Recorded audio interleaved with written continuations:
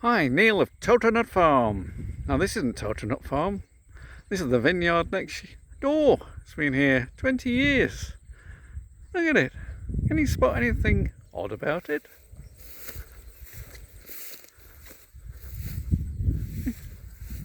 Looking a bit brown, aren't they? Is it the weather? No. Thought it? They poisoned them all. Herbicide. They love Roundup next door. Look. They poisoned the entire vineyard. Why?